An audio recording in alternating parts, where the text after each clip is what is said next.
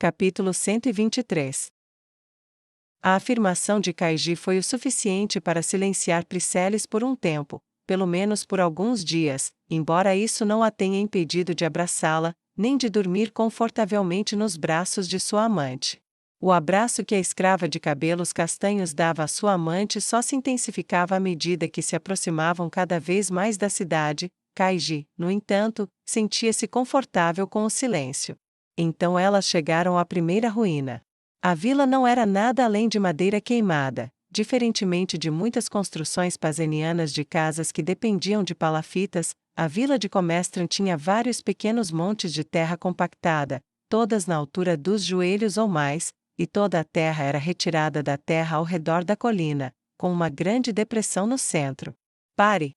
Kaiji gritou e puxou a corda que alertaria o cocheiro, e quando as rodas pararam lentamente, ela foi direto para a porta e saiu antes mesmo que o cocheiro desmontasse.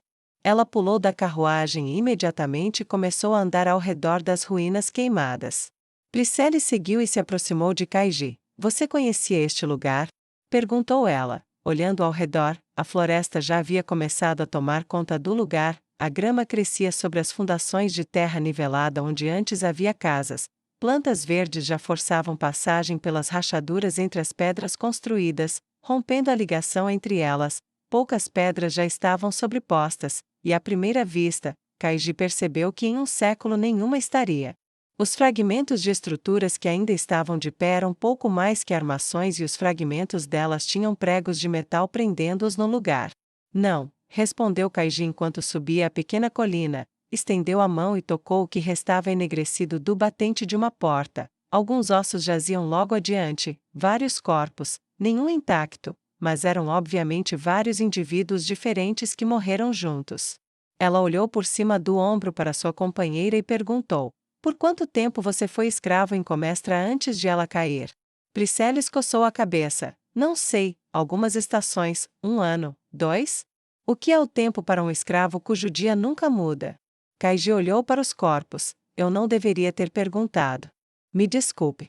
Priscillis dispensou. Tudo bem, o que fez você fazer isso? Você já ouviu a expressão "está é a colina onde vou morrer"? Quando estava lá? Perguntou Kaiji, agachando-se para pegar uma pequena caveira. Sim. Eu já tinha ouvido isso em Pazen, Kaizen e até mesmo em Campos de Arroz, dos quais nem sei a que cidade pertenciam. Todo mundo já ouviu esse ditado. Por que pergunta, Kaiji? Priscillis se aproximou, colocou a mão na nuca da sua amada e a acariciou suavemente. Kaiji olhou para Priscillis com uma expressão de orgulho, ergueu o queixo e agarrou a caveira com força, dizendo: nós, de Comestra, criamos esse ditado, você sabia? É por causa disto. Ela se levantou e bateu com o pé no topo da colina quadrada e angular. O ditado original era: esta é a colina em que quero morrer, ou esta colina é meu lar e morrerei nela, ou morrerei nesta colina antes de desistir dela. Depende muito de com quem você conversa, qual é a mais antiga. Em qualquer lugar onde você encontre colinas como esta, um comestrano viveu, e se não houver mais nenhuma casa naquela colina, eu lhe asseguro que um comestrano morreu nela. Talvez ninguém se lembre deles, mas o lugar deles no mundo? Aquele pequeno lugar no mundo onde cada homem e mulher é um príncipe. Isso ainda existe. Ah, eu não sabia disso, Priscillis disse trêmula, sem saber exatamente como responder àquela afirmação. Fui retirada da cidade e fiquei inconsciente durante a maior parte da viagem. Nunca vi nada disso. Ela tirou a mão do crânio e acenou com o braço sobre os restos do local. A depressão do solo era notável, e as pequenas colinas somavam nada menos que 100, um espaço considerável, pelo menos. Em aldeias como esta, a água se acumulava com as grandes chuvas e enchia o centro, depois transbordava, é claro, mas contornava as muitas colinas e era guiada por elas. Até lá, ela se virou e apontou para um grande campo aberto onde se encontravam os restos de arrozais que haviam crescido selvagens. Aposto que ainda poderíamos colher muita comida deste lugar. A colheita não tinha sido tão boa antes da guerra, então uma boa parte provavelmente caiu e voltou a crescer. Por que você está me contando tudo isso? Priscillis perguntou, aproximando-se de Kaiji. Não sei, só preciso me preparar mentalmente para o que veremos quando chegarmos a Comestra. Kaiji colocou o crânio onde ele caiu. Lembre-me, Quando pararmos entre os vivos novamente, de enviar um recado para recolher os restos mortais aqui, ela fez uma pausa, prestes a dizer, leve-os para purificação e sepultamento, mas em vez disso disse, prenda-os para perguntar a Nossa Senhora o que fazer com os corpos que recuperarmos. Priscelis olhou para a companheira com a testa franzida. Senhora? Não entendo. Como eu disse, ela é minha deusa, os mortos pertencem a ela, eu me entregarei às crenças que ela decretar, agora venha, a viagem é curta e não devemos perder muito tempo. Kaiji deu um sorriso sereno para sua companheira de cabelos castanhos quando o crânio foi depositado como havia sido encontrado, e então caminhou pacientemente de volta para a carruagem. Quando os dois dormiram juntos novamente naquela noite, Diana e Sado estavam bastante exaustos, mas, entre os dois, suas últimas palavras antes de descansarem claramente pesaram mais sobre o príncipe caído. Ela tinha certeza disso porque acordou primeiro e, pelo que se lembrava de seu tempo na cama do príncipe, ele acordava muito cedo, mais ou menos como Nossa Senhora nesse sentido. Ela deitou-se ao lado dele e passou os dedos sobre seu peito. Ele se sentia tão forte, vibrante e vivo, seu peito subia e descia a cada respiração. Nesse estado, ele parecia completamente em paz, desprovido de preocupação ou cuidado. Diana sentou-se e espreguiçou-se, o farfalhar do tecido acariciando suas pernas enquanto ela as puxava para si para observá-lo de cima. De todas as coisas no meu trabalho, esta é a parte que eu mais gosto. Todo mundo que dorme é um bebê, totalmente inocente. Completamente alheio a qualquer coisa ao seu redor, exceto pelos pesadelos, eles estão completamente em paz, mesmo os piores com quem dormi para a senhora Kaiji ou para o príncipe Sado, olhando para os piores assim. Eu os conheço tão bem. A bela predadora sentou-se calmamente e colocou a mão no peito que subia e descia do príncipe que arruinou todos eles, e não pôde deixar de sentir a pena crescendo dentro dela. Sonhador. Ela lhe deu um sorriso frágil que estremeceu um pouco. Mesmo agora, tudo que você faz é sonhar, todo o seu trabalho, todo o seu esforço. Para quê? Mais um sonho que você não pode ter? Seu rosto esculpido desapareceu enquanto ele se virava no sono. De costas para ela, os lençóis se moveram e expuseram uma cicatriz em suas costas. Então você também conhece esse toque agora, não é? Não muito, não tanto quanto alguns, mas talvez isso te acorde. Ela se perguntou, e o pensamento morreu quando ela tocou as costas outrora perfeitas e poderosas do príncipe dos sonhos. Diana percorreu o comprimento com o dedo. Não foi difícil deduzir a fonte. Kaiji não faria isso com um garoto que ela praticamente criou. Priscelis é gentil demais, a senhora se foi, Freijin ainda precisa se livrar da mentalidade de camponesa.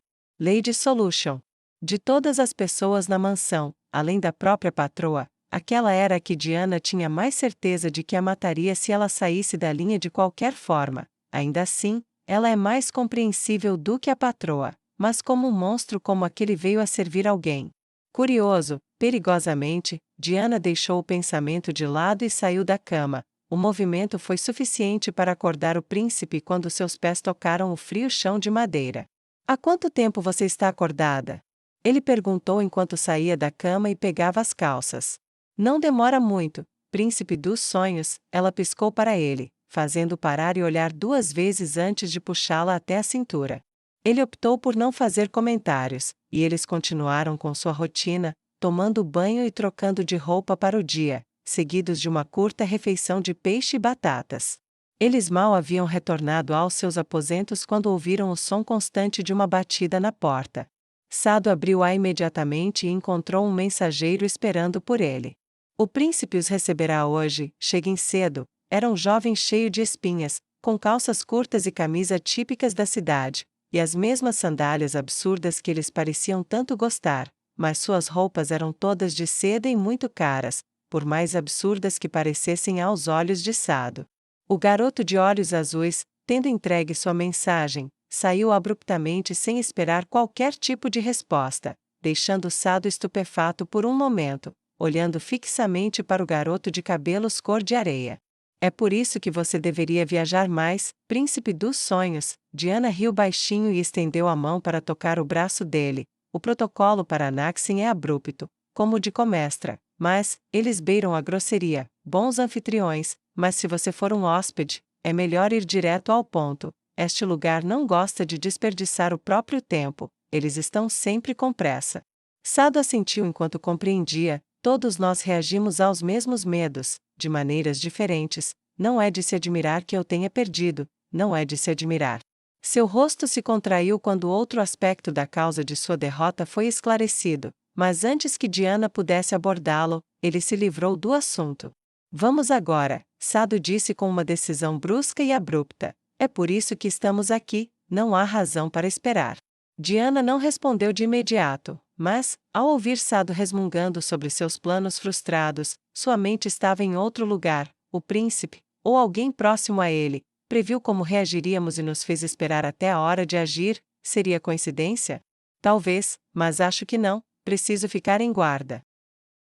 Lodira esperou até que seu número fosse chamado, com as mãos cuidadosamente cruzadas no colo. Como todos os outros, ela olhava fixamente para a frente, sem conversar nem interromper nada, ouvia-se apenas o som da cidade batendo os pés em um ritmo constante, apenas um baque, baque, baque interminável, e ela se remexeu na cadeira enquanto a ansiedade aumentava lentamente. 25. Ela ouviu a declaração monótona e olhou para a parede à sua direita. Uma vela preta e branca repousava sobre uma prateleira de metal. A cera colorida da vela era feita em faixas, cada faixa levava 1 hora para queimar, e, quando o pavio se apagasse, o prédio fecharia. Mesmo sem olhar, ela tinha absoluta certeza de que os empregados, livres e escravos, tinham velas acesas atrás de suas estações de trabalho, estavam bem na última faixa agora. Ela observava a pequena luz acesa intensamente, como se fosse a própria vida de Albaer. A qualquer momento, a cera acumulada ao redor do bastão ameaçava acabar. Lodira apertou as mãos diante da indiferença atemporal ao seu redor. Amanhã, quem não for atendido hoje, chegará cedo, depois de ter trocado os números de hoje pela contagem regressiva de 1 em 1, mas eu não posso. Albaer não pode esperar tanto tempo. Seu polegar apertou a tira de madeira com seu número com tanta força que ela se partiu ao meio. Ela se levantou de um salto, atraindo olhares repentinos e estremecidos, caminhou pelo piso de madeira barato até o balcão mais próximo e estendeu a metade de sua tira de madeira com o número 4, bateu-a com força no balcão, entre ela e uma escrava idosa com colarinho de ferro. Tinha pele enrugada e cabelos grisalhos presos em um coque simples, os olhos castanho claros, opacos e apáticos, a encaravam de volta, com a única luz neles sendo a surpresa diante das ações da criada à sua frente. Lodira não perdeu tempo, sou a número 4. Se um homem viesse aqui hoje com 2 cartas para enviar, seria uma cabeça mais alto do que eu, esbelto, bem vestido e se identificaria como um servo do Conde Valoisin? Um olhar perplexo a atingiu, a voz de Lodira era alta e ecoava pelas paredes, não havia um servo que não a ouvisse. Olhos ao redor da sala se voltaram para a presunçosa criada, com quase horror e descrença estampados em seus rostos boquiabertos. Ele estava aqui ou não? Aquele é Albaer. Ele desapareceu e seu mestre quer que o encontrem.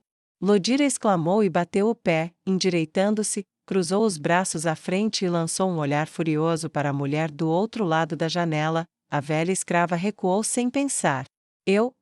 Você não é o número 4, seu bilhete só está quebrado. Ela gaguejou. Ele estava aqui ou não? Lodira rugiu a pergunta o mais alto que pôde e alguém se pronunciou. Você está condenado, não importa o que aconteça, que se dane o decoro. Qual é a pior coisa que Anton pode fazer com você agora? Um homem de meia idade, com colarinho bronze e aparência um pouco acima do peso, emergiu de uma porta atrás dela. Ela se virou ao ouvir a voz baixa e áspera. Ele esteve aqui, o escravo disse. Eu me lembro dele porque ele usava prata e pedia troco, o que não acontece com frequência, mas ele pagou por uma entrega rápida e depois foi embora. Isso foi esta manhã. Agora, por favor, vá, só por fazer isso você será denunciada à casa do seu mestre. Continue assim e você vai me meter em encrenca. Também. Ele sibilou e recuou desesperadamente do espaço entre eles o mais rápido que pôde. O alívio tomou conta do rosto de Lodira, ela levou a mão ao coração e soltou um suspiro profundo. Obrigada. Ela suspirou e deixou muitos rostos confusos para trás enquanto saía pela porta. Assim que ela estendeu a mão para a maçaneta, Ela ouviu os garçons se levantarem silenciosamente em uníssono e a caminhada silenciosa e arrastada começar, enquanto as pessoas trocavam seus números para reservar seus lugares para o dia seguinte. O sol estava se pondo e as luzes se apagavam com o crepúsculo. Ela olhou para os lados, para a direita e para a esquerda, para a rua. As pessoas já se preparavam para ir para casa ou para se entregarem aos vícios secretos, onde os que eram publicamente honestos se tornavam libertinos e réprobos em suas vidas privadas. Aqui e ali, nos lugares maiores, carroças esperavam para levar escravos e pessoas livres de volta às suas residências, para garantir que, quando a noite cobrisse a cidade, os únicos que estariam do lado de fora seriam os guardas e aqueles que não deveriam estar do lado de fora. Se ele não foi encontrado agora, não será. Lodira teve esse pensamento e odiou, mas sem nada mais para fazer, correu de volta para a propriedade de Anton o mais rápido que pôde. Estrelas, vocês podem ter causado um destino ruim para mim, mas Albaer nunca foi nada além de justo em sua vida, um bom homem. Ele viveu de acordo com a sua vontade por toda a vida. Por favor, deixem-no em segurança. Ela proferiu a prece desesperada e então a repetiu, e repetiu, e repetiu, enquanto suas pernas a carregavam pela noite que se aproximava, até chegar aos degraus da casa dos Valoisin. Subiu os 17 degraus e entrou no salão aberto. As criadas, os mordomos, as moças e os rapazes que serviam na propriedade tinham olhares desanimados, os olhos voltados para o chão, e Lodira sentiu o coração afundar. Eles ficaram circulando até ela entrar. Lodira piscou os olhos rapidamente. Albaer? Perguntou a criada mais próxima.